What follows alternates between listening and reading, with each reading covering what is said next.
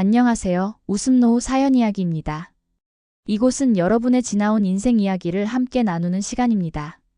한 사람의 고백이 누군가에겐 위로가 되고 때로는 그 시절 잊고 지낸 감정들을 다시 꺼내주는 계기가 되기도 하지요. 오늘도 한 통의 편지가 도착했습니다. 이 사연은 환갑을 맞은 한 아내가 남편이 떠난 뒤 뒤늦게 알게 된 깊은 사랑에 대한 이야기입니다.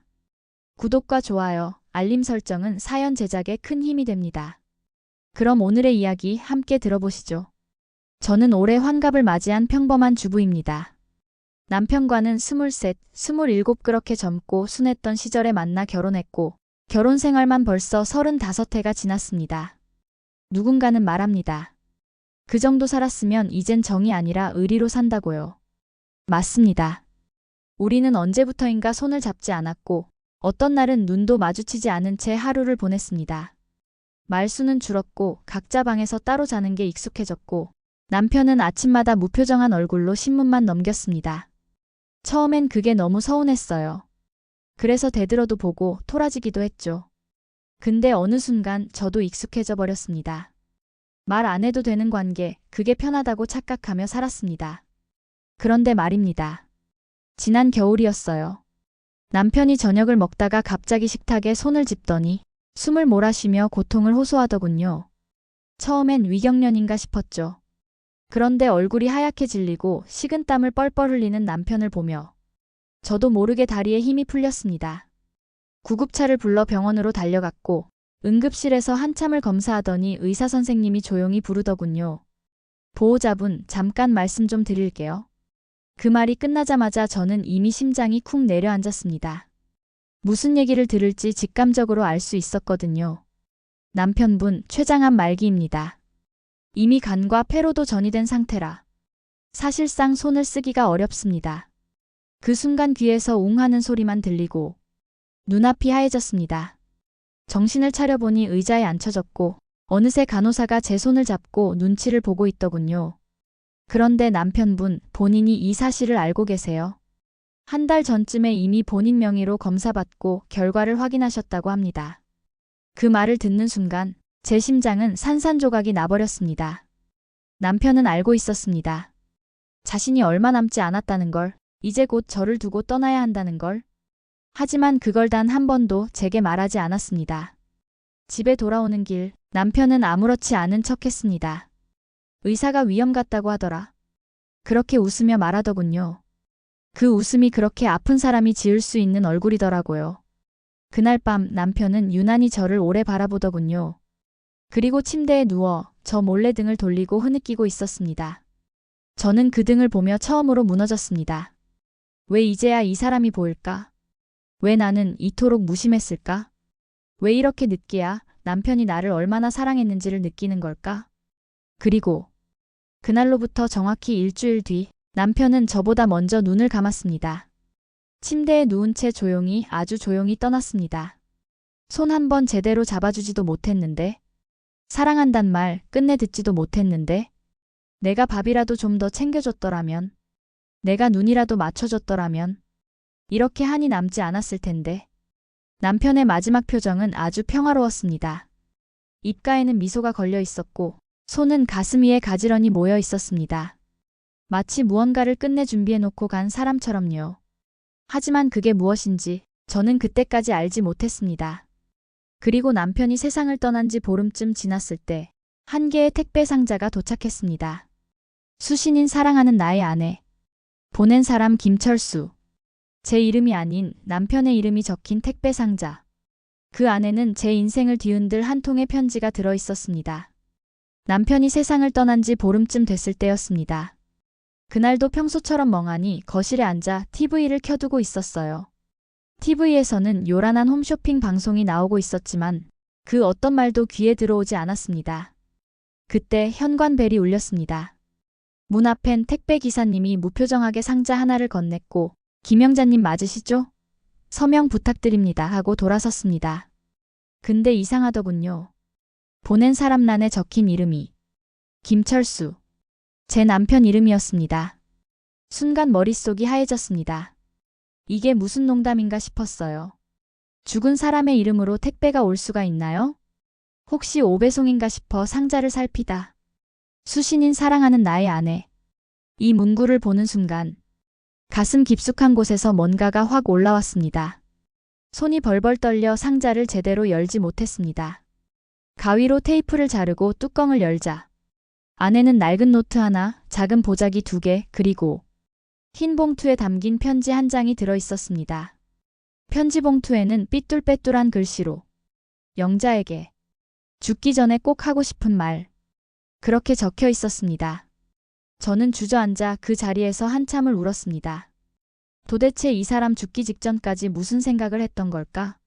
말도 안 되는 아픔을 참으면서 이걸 챙기느라 얼마나 힘들었을까? 편지를 열었습니다. 여보, 내가 병을 안 걸렸다면 이런 편지를 쓰지 않았겠지. 병원에서 내 생명이 오래가지 못할 거라고 들었을 때 가장 먼저 떠오른 건 당신이었어. 나 사실 예전부터 미안했어. 말이 없었던 것도, 같이 여행 한 번 못 갔던 것도. 당신은 늘 괜찮다고 했지만 나는 다 알고 있었어. 그래서 생각했어. 내 생의 마지막이 다가오기 전에 당신한테 정말 내 마음을 남기고 싶다고. 내가 얼마나 당신을 사랑했는지 그걸 당신이 꼭 알아줬으면 해서. 저는 편지를 꾹 움켜쥔 채 그대로 바닥에 엎드려 울었습니다. 그 편지는 단 한 줄도 눈물 흘리게 하려는 말이 없었지만 그 어떤 시보다 어떤 사랑 고백보다 가슴을 쳤습니다. 그 옆에 놓인 작은 보자기를 풀어보니 그 안에는 예전에 제가 잃어버린 줄 알았던 목걸이 반쪽이 들어 있었습니다. 그건 우리가 신혼여행 갔던 강릉에서 영원히 함께하자며 맞췄던 쌍목걸이였어요. 근데 제가 이사하면서 제 반쪽을 잃어버렸고 남편도 어디 갔나 보지 하고 별말 없이 넘겼던 그 목걸이요. 그걸 남편이 갖고 있었던 겁니다. 하얀 천 안에 정성껏 싸서 30년 가까이 고이 간직하고 있었던 거죠. 그 옆에는 폴라로이드 사진이 한 장 들어 있었습니다. 사진 속에는 젊은 우리가 있었습니다. 청바지에 흰 티셔츠를 입고 바닷가에서 낄낄 웃던 두 사람. 남편이 손으로 제 머리를 쓰다듬고 있었고 저는 부끄러운 듯 고개를 숙이고 있었습니다. 그 사진을 보는 순간 그 시절의 공기가 그대로 느껴졌습니다. 햇살 냄새, 파도 소리, 바닷바람. 그리고 남편이 손길까지. 어떻게 이런 걸 남편이 갖고 있었던 걸까요? 저는 기억조차 못하던 사진이었습니다. 남편이 그걸 꺼내볼 때마다 무슨 생각을 했을지, 어떻게 숨기고 있었는지, 왜 생전에 한마디도 말해주지 않았는지. 모든 게 가슴을 찢듯 아프고 또 아팠습니다. 그리고 마지막으로 발견한 건 작은 하드커버 상자 하나였습니다. 그 안에는 종이 티켓 2장이 들어 있었습니다. 어디서 많이 본 디자인이었죠. 온천 여행권. 숙박 포함 2인 패키지. 여행 날짜는 남편이 세상을 떠나기 바로 다음 날이었습니다. 저는 손에 들고 있던 티켓을 떨어뜨리고 말았습니다. 무릎 위에 남편의 편지가 펼쳐져 있었고 그 아래엔 이별 하루 전날까지 준비해둔 여행 티켓이. 그 모든 걸 혼자 준비하면서 남편은 얼마나 외로웠을까요? 얼마나 무서웠을까요? 그리고 얼마나 저와 함께 가고 싶었을까요? 그 순간 남편의 마지막 미소가 떠올랐습니다. 그건 고통을 참고 난 사람의 미소였고 사랑을 끝까지 지켜낸 사람의 얼굴이었습니다. 저는 조용히 티켓을 가슴에 안았습니다. 그리고 속삭였습니다. 당신이 못 간 그 여행, 내가 대신 다녀올게요. 꼭 다녀올게. 편지를 덮으려는 순간 봉투 안쪽에 뭐가 하나 더 들어있는 게 느껴졌습니다. 꺼내보니 작은 쪽지였습니다.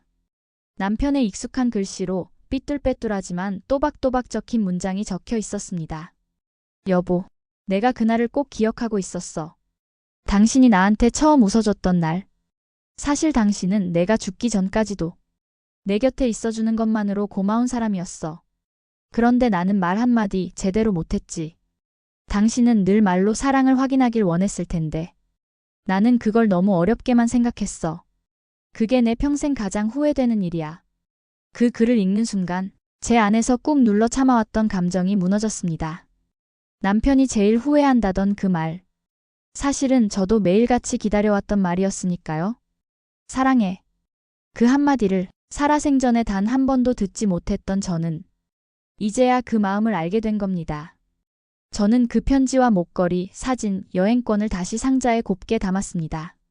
그리고 다음날 아침 남편의 유골함 앞에 조심스레 상자를 내려놓았습니다. 당신 마음 잘 받았어요. 나 당신이 그렇게까지 날 생각해줬다는 걸 이제야 알았네요. 미안해요. 너무 늦게 알아서. 그렇게 중얼거리며 울고 있는데 남편이 사진 속 웃는 얼굴이 그날따라 유난히 따뜻해 보였습니다. 며칠 뒤 저는 남편이 예매해둔 그 온천 여행을 준비했습니다. 짐을 싸는데 괜히 낡은 앨범을 꺼내게 되더군요. 함께했던 시간들이 사진 속에 다 있었습니다. 첫 아이가 태어났던 날, 아들이 대학에 합격해 같이 술 한잔했던 날, 둘이서 소풍 가듯 시장에서 도너츠 사 먹던 어느 겨울날까지. 그땐 그냥 지나쳤던 장면들이 지금은 제 마음속을 다 찌르는 칼처럼 느껴졌습니다. 나는 그 순간마다 왜 무심했을까? 당신은 이미 다 기억하고 있었는데. 여행 가방 안에 남편이 남긴 편지와 목걸이 그리고 그 폴라로이드 사진을 함께 넣었습니다.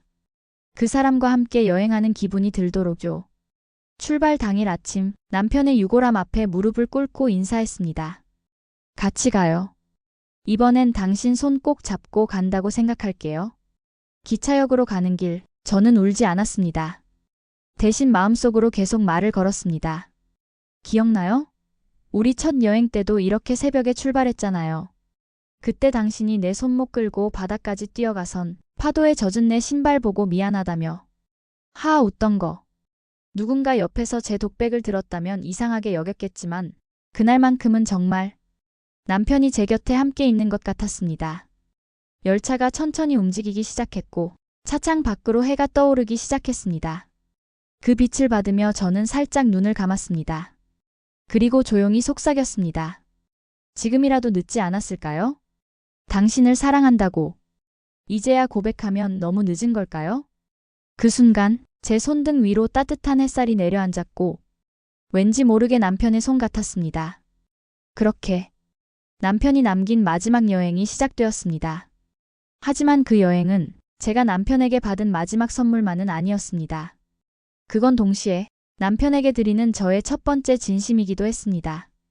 기차에서 내려 숙소로 가는 길, 제 손엔 남편이 남긴 여행권과 함께 작은 손편지와 폴라로이드 사진이 들려 있었습니다. 그날 숙소는 조용하고 고즈넉한 온천마을 한켠에 자리한 작은 한옥이었어요. 문을 열고 들어서자 나무 바닥 특유의 따뜻한 향과 함께 창밖으로 뿌옇게 김이 서린 온천탕이 보였습니다. 남편과 꼭 오고 싶다던 곳이었죠. 당신 고질병 무릎 따뜻한 물에 푹 담그면 좋아질 거야. 하며 웃던 남편의 목소리가 귓가를 맴돌았습니다. 짐을 풀고 남편의 편지를 조용히 꺼내 테이블 위에 놓았습니다.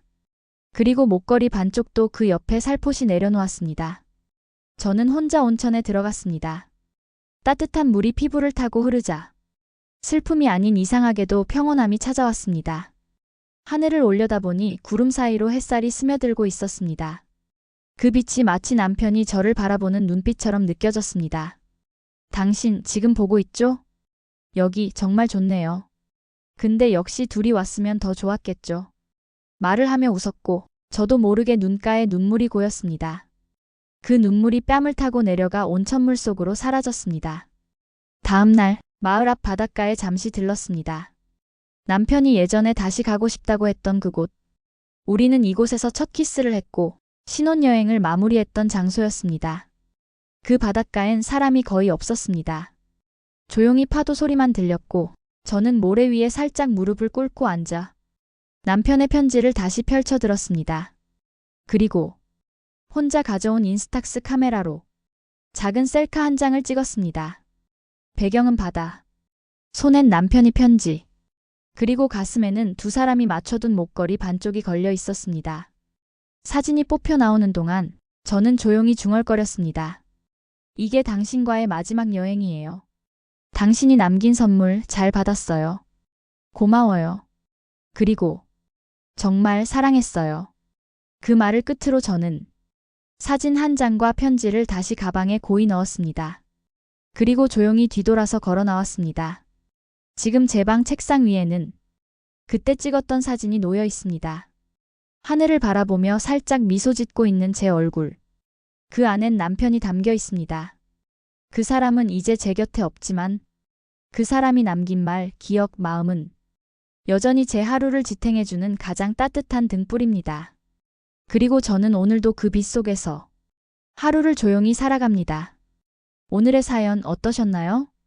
사랑은 때로는 말보다 오래 남는 무언가로 전해지기도 합니다. 시간이 지나서야 비로소 알게 되는 그 마음, 그 뒤늦은 깨달음이 우리의 인생을 다시 한번 돌아보게 해주죠. 이 사연을 듣고 누군가는 잠시 멈춰서서 곁에 있는 사람에게 미처 하지 못한 말을 꺼내게 될지도 모르겠습니다. 웃음 노후 사연 이야기는 여러분의 지나온 시간, 그 안에 담긴 눈물과 웃음을 함께 나누고 있습니다. 다음 시간에도 당신의 마음을 적셔줄 또 다른 이야기를 들고 찾아뵙겠습니다. 고맙습니다.